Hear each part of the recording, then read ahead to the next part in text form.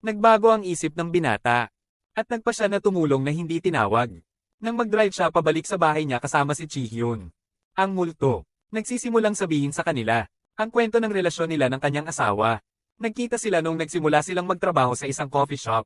8 taon na ang nakalipas. And they grew really close simula nung araw na yon. Ang pinakamagandang pagkakataon nilang makapasok sa bahay ay para sa lalaki.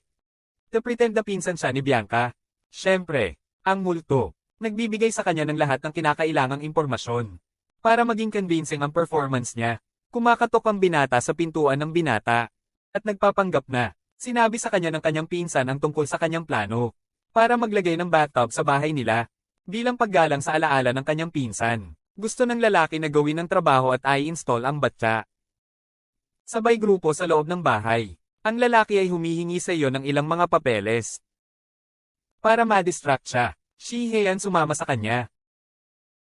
Habang dinadala ni Bayan-kal ang bata sa ibang kwarto, upang hanapin ang ginto, pagkatapos ng ilang hindi matagumpay na pagtatangka, sa wakas ay nahanap na nila ang gintong nakatago sa AC system.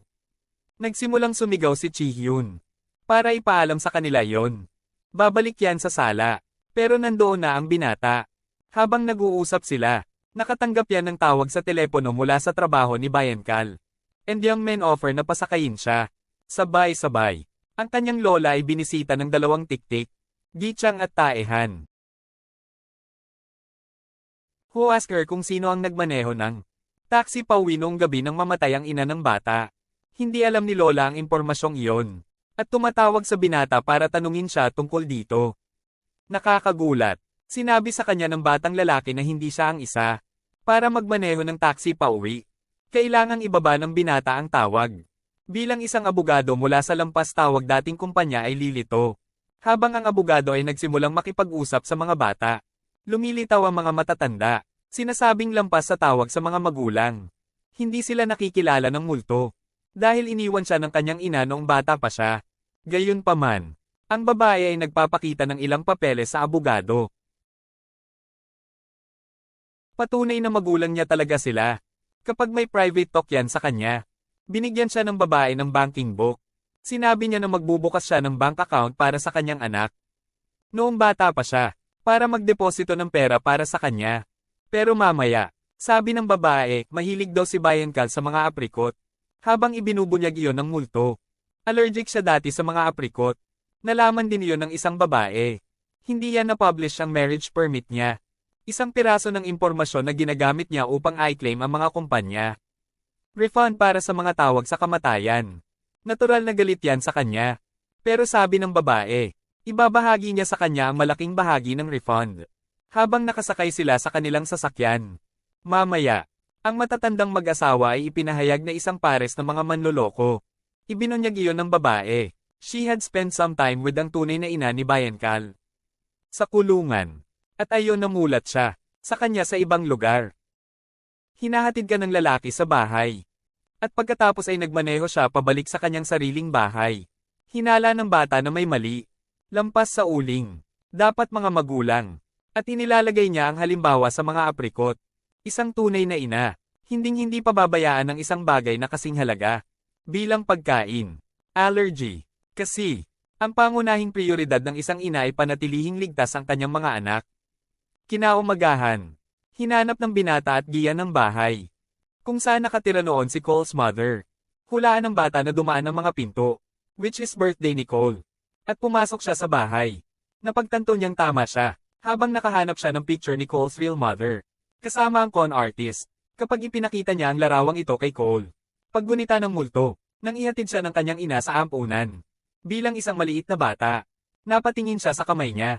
At naaalala niya yon. May marka ang kanyang ina sa kanang kamay. Nakipagkita muli ang binata kay Young. Upang ipaalam sa kanya ang tungkol sa kanyang mga hinala. Kung ano ang kailangan nilang gawin ngayon. Ay makipagkita muli sa abogado.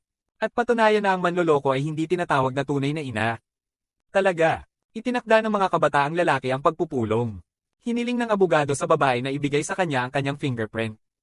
Ang babae ay nag-aatubili na alisan ng takip ang kanyang kanang kamay. Ngunit bata pa. Tinatanggal ng lalaki ang glove na suot niya. Gayunpaman, hindi sapat iyon para patunayan ng anuman sa abogado. Sino ang kumukuha ng fingerprint niya? Komento ng abogado na kupas na ang fingerprint niya. Pero sinasabi sa kanya ng babae yon. Nagtatrabaho siya sa mahihirap na trabaho sa buong buhay niya. Kaya iyon ang dahilan kung bakit ito nangyayari. Pagpapanggap ng babae, siya ay iniinsulto ng lahat ng pagkabalisa. Kaya tinanggal niya ang isang buhok sa kanyang ulo. At hinihiling sa kanila na magsagawa ng pagsusuri sa DNA dito. Gayunpaman, alam din niya yon. Wala silang may kukumpara sa kanya. Since patay na si Cole. Namatay yan at dinala siya sa ospital. Ordo tells her na 3 buwan na siyang buntis.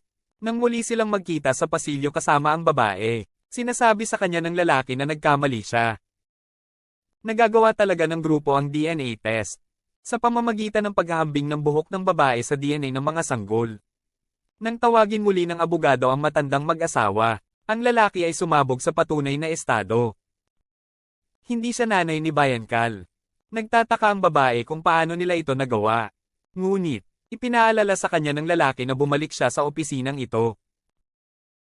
After everyone left para kunin ang buhok niya, ang mga artista ng lata, wala nang ibang magagawa para i-claim ang pera. At nagsimula silang tumakbo palayo. Ngunit ang mga artista ay maaaring makatakas sa pamamagitan ng pag-navigate sa mga pasilyo ng ospital. Habang naglalakad sila palabas, ang ospital, naayos na ang issue sa pera. Bata bilang ang mag-aangkin nito, ang lalaki ay gumugugol ng ilang sandali na mag-isa kasama si Ji-hyun. Hook very proud sa kanya. Attracted silang dalawa sa isa't isa. Sa G, iminumungkahi ni Hyun na dapat sila man lang bigyan ng isa't isa ng high five. Ngunit habang sinusubukan nilang gawin ito, Shi-hee unplugs right through him. At natitisod sa lupa. Sinubukan ng binata na ibigay sa kanya ang kanyang kamay para hilahin siya pataas. Kahit alam niyang hindi niya ito mahawakan. Habang inaabot nila ang kanilang mga kamay, napagtanto ng lalaki ang G. Si Hayan ay nakasuot ng bracelet na pag-aari ng kanyang ina. Sa anumang kaso, walang ideya si Ji Hayan kung paano niya nakuha ang bracelet. Nag-ambala silang dalawa niyan, na nagpapasalamat sa lalaki sa lahat ng ginawa niya para tulungan siya. Hinatid ng taxi driver ang babae pauwi. Ngunit hindi siya nagtaboy. Sa nakikita niya, Young left Cole's lumang banking book sa kotse. Sa loob ng bahay, nakikibakayan sa mga manloloko na dumating upang maghayganti sa kanya. Buong pagtakbo sa labas at ipinaalam sa lalaki ang tungkol sa kanila. Tumatakbo ang bata pabalik sa kanyang apartment. Pero nakalock ang pinto. Nakikiusap yan sa mga kriminal na huwag siyang saktan. Masasaktan din kasi ang baby niya. Gayunpaman, pinagbantaan siya ng mga kriminal gamit ang kutsilyo. Lalong nag-aalala si Bayan Cal. Pero mas nagiging desperado siya. The more na sinusubukan niyang basagin ang door lock kaya, ang lalaki ay maaaring pumasok sa kalaunan. Kaya niyang basagin ang lock. Kahit na ang kanyang anyo ay nasa materyal. Tumatakbo ang binata sa loob. At pinipigilan ng mga kriminal na masaktan. Inaresto ng mga batang pulis ang mga manloloko. At libre yan para bumalik sa dati nating buhay. Gayunpaman, may isa pang bagay na dapat gawin ng binata. To make sure na happy ending ang story na ito.